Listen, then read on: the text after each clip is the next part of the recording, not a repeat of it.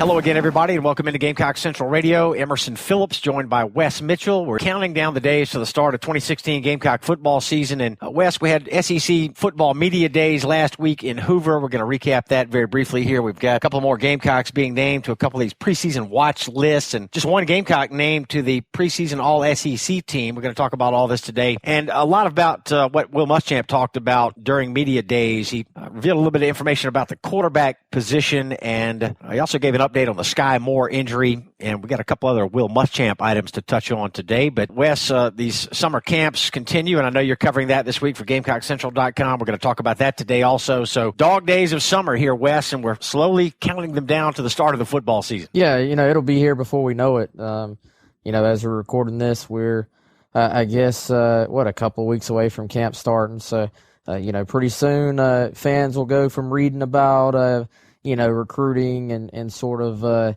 inside updates on workouts and stuff to actual football updates. So that's always fun to get that started. I always feel like 4th of July is sort of the official turnover to sort of the countdown to kickoff. Then you have media days. That's sort of an official marking as well. So I'm excited. I know the fans are excited, and I think there's just a lot of intrigue and probably a lot of question marks, too. Yeah, I'm looking forward to being able to talk about, practices and what's going on with the football team. 2016 preseason preparations for the Gamecocks begin. Players report August 1st, and the first practice will take place on August the 2nd. The season opener, of course, set for September the 1st, Thursday night game at Vanderbilt. Plenty more on that coming up here on today's show. Wes, a couple of scheduling items before we get into the bulk of today's conversation. The Gamecocks have already announced 2 non-conference games for the 2017 season. This will be next year. The season opener will be in Charlotte for 2017. The Gamecocks will take on NC State in the Belk College kickoff game. That'll be Labor Day weekend. And also scheduled non-conference game for 2017 will be Louisiana Tech. That game will be at Williams-Brice on Saturday, September the 23rd. So we've got 2 non-conference games set for 2017. A 2018 non-conference opponent was announced, and it will be the Marshall Thundering Herd.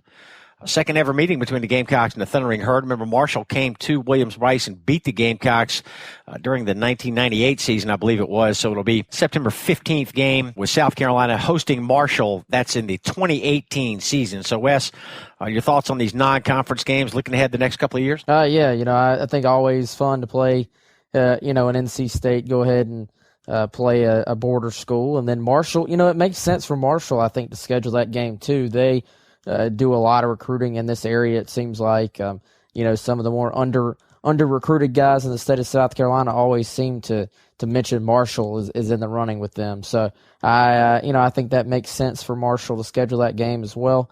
And we'll see, I guess, how those games turn out. Gamecock Central Radio here, Emerson Phillips with Wes Mitchell. You can download the Gamecock Central Radio app on the App Store and on Google Play. To subscribe to the podcast, search for Gamecock Central Radio on iTunes, SoundCloud, or other popular services, or just visit radio.GamecockCentral.com.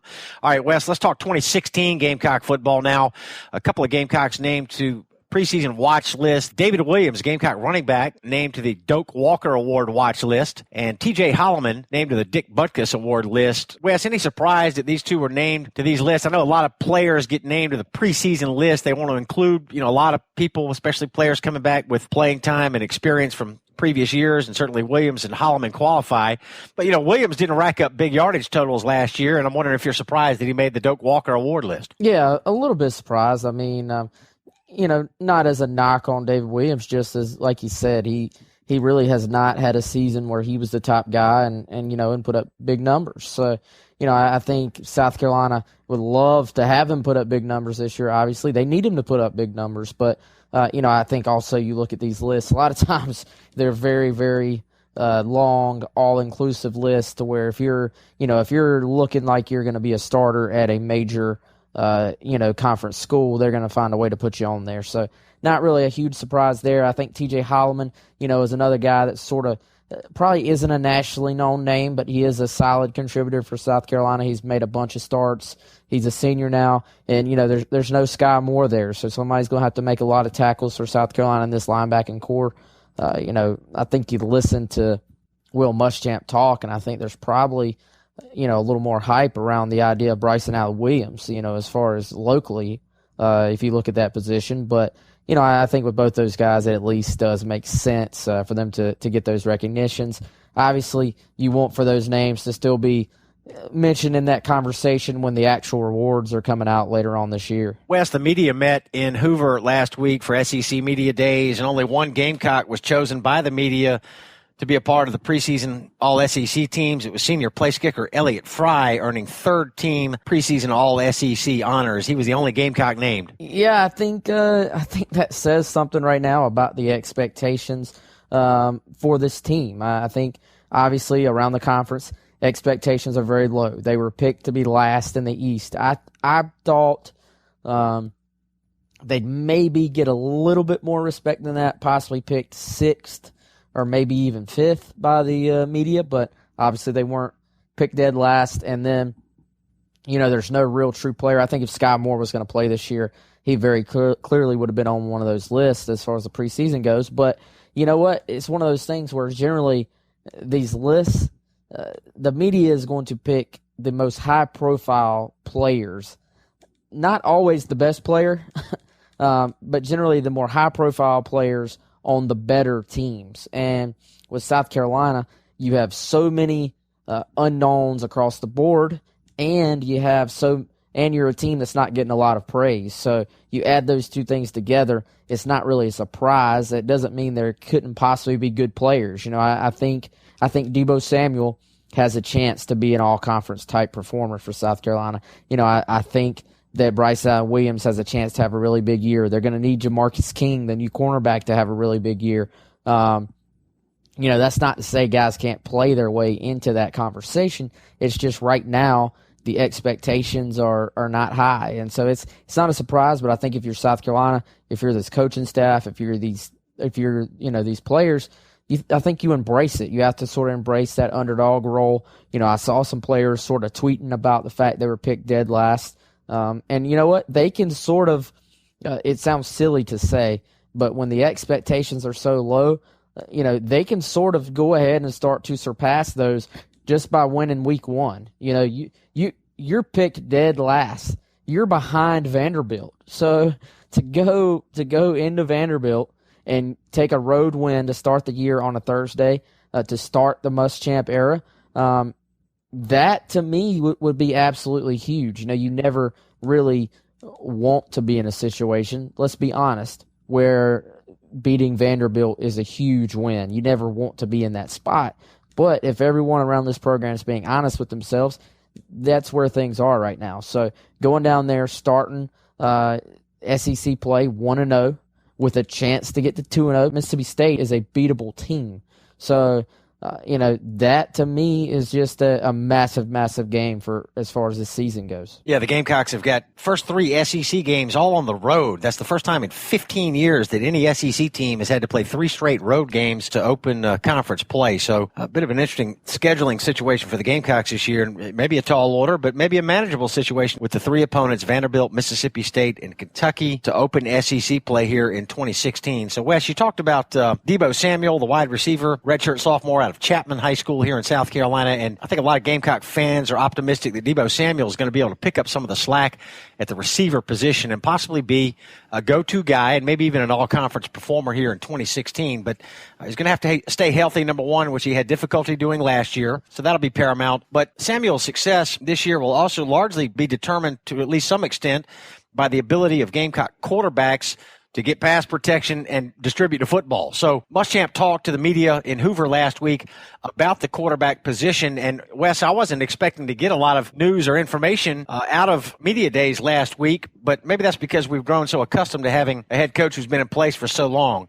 When Spurrier was the head coach, it didn't seem like we got a lot of new information about the team each year at media days, but I felt it was quite different last week with Muschamp, and he spoke specifically right away. He went right to the quarterback position, and he said that looks like Orth is the number one guy going into camp with McElwain right there with him. McElwain got a lot more work in the spring, obviously, when Orth was injured, and McElwain played very well in the spring game. That was not full contact, but McElwain certainly showed some ability and some potential And he talked about Lorenzo Nunez as well, whom we've been talking about all offseason, really, Wes. What his role in the offense might be. Would he still be in the quarterback battle? Is there a possibility he might move to another position? And Muschamp shed some light specifically on Nunez last week in Hoover. Yeah, and I think he's sort of, I guess you would say, confirmed some of what we had talked about, some things we had posted on our message boards there on Gamecock Central, in that I don't think this is at least right now, what you would call a full-time move. I think that was the big question. Would Nunez move to wide receiver? This really is not a complete move to receiver. This is more of a, how can we use Lorenzo Nunez's talents to put him in positions to help the team. They need playmakers on offense in a major way. We talked about Deebo Samuel. I think he's got a chance. I think Brian Edwards has a chance.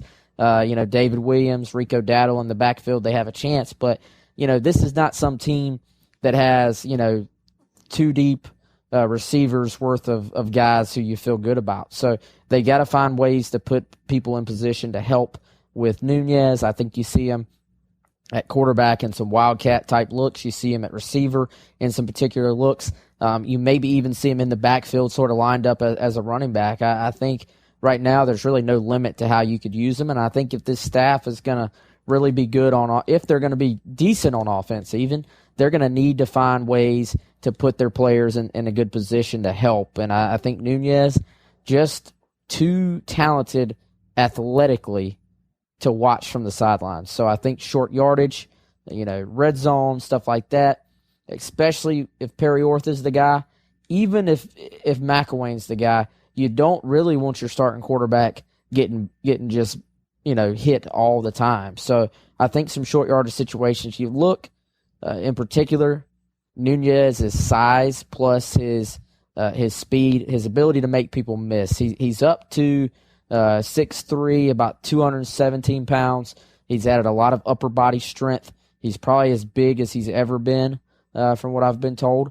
And, he's got a year under his belt playing SEC football, at least to an extent. So this is a guy, when he gets to that second level, can make people miss. And I think that's something that South Carolina's going to need more of. Is it easy to just transition to wide receiver? I think people sort of think about this sometimes from like an NCAA football, the old video game, mindset that you can just interchange a guy. Playing receiver's hard. So the idea of just moving him to receiver, I think, would have been a difficult transition. But when you talk about sort of giving him some specialized roles within the offense to get him on the field, I think that's what they need to do this year. Then, depending on, I think, Emerson, you probably at the end of this year have a better feel, A, for your quarterback position, B, for your receiver position. So I think at the end of this year, going to this offseason, that's when you maybe look at it and say, hey, we want to make you a quarterback full-time, or we want to say, hey, let's go all in on playing receiver. But for this year, find a way to make him comfortable, find a way to give him the football. Yeah, Nunez was really good in open space last year. In the open field, he was effective playing quarterback, and he will be in the quarterback competition, but he is going to see some time at wide receiver as well. So that was really the big news out of media days last week. Deebo Samuel, one of the three Gamecock players there to represent the University of South Carolina, along with Mason Zandy and Quay Lewis. So a lot to talk about from media days last week. The quarterback situation appeared to be the most newsworthy item there. And Wes, Coach Muschamp gave an injury update on Sky Moore. We know Moore is out for the 2016 season. Neck injury sustained sometime during 2015, and apparently the injury was aggravated during weightlifting this off season. So the decision was made to go ahead and put Sky Moore on the shelf for the 2016 season. And the plan, or at least the talk, has been that he could redshirt and come back and play, if he's healthy next year. So Muschamp said that Sky Moore is on schedule to get back to workouts in August and begin lifting weights possibly as early as September. So looks like Sky Moore is making progress. And, Wes, everybody would love to see Sky Moore back in a Gamecock uniform and playing football again, doing what he does at that linebacker spot. But right now his health is the primary concern. A neck injury is no joke. And right now Gamecock Nation just hoping that Sky Moore gets his body right and gets back ready to play. Yeah, you have to wish him the best in that, because anytime you're talking about your back or your neck or your head, any of those areas, it sort of goes well beyond football. So, obviously want to wish him the best. And, this is a kid that if he can get back healthy, I think he's got an NFL future. So as far as that goes, anytime a guy has that natural ability and has put that much time, effort into, sort of getting to the next level, you want to wish him the best. So hopefully Muschamp will give us some more good news about Sky in August. Final thoughts today here, Wes. Will Muschamp entering his first year at South Carolina, and we know that he had a lot of work to do coming in. The recruiting efforts have been outstanding by the entire staff, and Muschamp obviously at the center of all that. And, Wes, last week on the radio show I do out of Florence, you've joined me on the show before. We've been on the air, 12 years down there now on the ESPN station, 96.3, weekday mornings, 8 to 10 in Florence, and told our audience last week that I'm getting the feeling that Muschamp is the right man for the job right now. And obviously the man has not coached a game yet, so it's hard to draw conclusions yet, but as I get to know a little bit more about Will Muschamp, I really get the feeling that he's the right guy for the job right now, Wes. He was the longtime head coach in waiting at Texas, went to Florida to be the head coach there, and things didn't work out. There's been a lot of talk about different offensive coordinators that he had there, Charlie Weiss and Kurt Roper, and maybe the offensive scheme just didn't fit the talent, the personnel that they had at Florida. Their defenses were outstanding. Florida sent more players into the NFL through the draft in the last 2 years than any other school in the SEC, even Alabama. Alabama had 14 players taken in the last two drafts. Florida had 15 players. That's the most in the league, and all those players were recruited and developed by Will Muschamp. So, I'm starting to think, Wes, that he is going to learn from whatever reasons caused him to not have more success than he would have liked at Florida. And part of the reason I got that feeling is something that he said at Media Days last week, Wes. He was asked by Rick Henry, the sportscaster from WIS-TV in Columbia, if he had spoken with the team about any of the civil unrest that's been going on in our country lately, the protests that have taken place here in the last couple of weeks. And Muschamp said that indeed he had spoken with the team. Muschamp said that his father is a historian, and his father was a big supporter of Martin Luther King Jr., and Muschamp took time to meet with the team last week to talk with them about some of the current events that are going on in our country right now. And he showed them a video, Wes, of Robert F. Kennedy speaking to a crowd in Indianapolis, Indiana on April 4th, 1968. That was the day that Martin Luther King Jr. was assassinated. And the speech was about keeping our country unified. Wes, there's so much division when we watch news and we hear about everything that's going on in the U.S. right now. There are a lot of divisive events going on. And Coach Muschamp took the time to bring the team together and say, our country has been through difficult times before, and it's the way you handle difficult situations that define your character. So he used this as a teachable moment to teach these young football players at the University of South Carolina how to handle difficult situations. And I just thought that said a lot about who he is as a man and as a person. Yeah, well, I think it's also a reminder that you obviously you want your players to be able to feel that they can have their own individual opinion on situations that affect pretty much everybody this day and age. But I think at the same time, it's easy to forget that the head coach is not only just a football coach, but he's someone that the players have to look up to, and that you hope, no matter which team you're out there pulling for, you hope that the football coach, is a leader as well, as a leader of men, and sort of is able to, put things into perspective a little bit, and to help them sort of understand what's going on, in the world. So obviously everyone has had a lot of different opinions about what's going on in the world, but you want for your coach to be a guy who can sort of give those players the resources they need to better understand what's going on, and then to better formulate their ideas moving forward about it. So I think all those things are good things, and I think in a way it's way, way, way better to sort of say, hey guys, this stuff might not be easy to talk about, but we need to sit down and talk about it rather than bury our heads in the sand. And it's a topic of conversation among adults, among young people, among white people, among African Americans. So it is a topic that I think has to be discussed. So I think it's much better to just go ahead and say, hey, we're going to talk about this in the open, and sort of get it all out there, as opposed to just burying it in the sand and saying, we're going to ignore it. Yep. The head coach got to be a leader of men, like you said, and I thought Will Muschamp led by fine example with this situation last week. And even though it's not football related, I just thought it said a lot about who he is. So gave me a good feeling about Coach Muschamp last week, and I feel like the Gamecocks are in a good spot right now. And Wes, let's face it, might be time to circle the wagons here with preseason camp getting ready to open, and Vanderbilt players telling the media that they're going to beat South Carolina in the opener. And right now it seems like nobody's on the Gamecocks, and for good reason. South Carolina struggled last year and lost some good players off of that team that was 3-9 a year ago. But if you can win that opener at Vandy, who knows which direction the season might go, and it could be a lot better than people expect. So I just felt like the message was very positive, Wes. Bring the team together, and let's get everybody on the same page and talk about some events that are pertinent to everybody that's listening today, and particularly to young people. I just like the message that he sent. Yeah, absolutely. And like you said, I think if you're South Carolina's team right now, I said it earlier, getting back to sort of the football side of things, you've got to embrace the fact that you're an underdog. You got to know that there should be no sense of showing up and winning.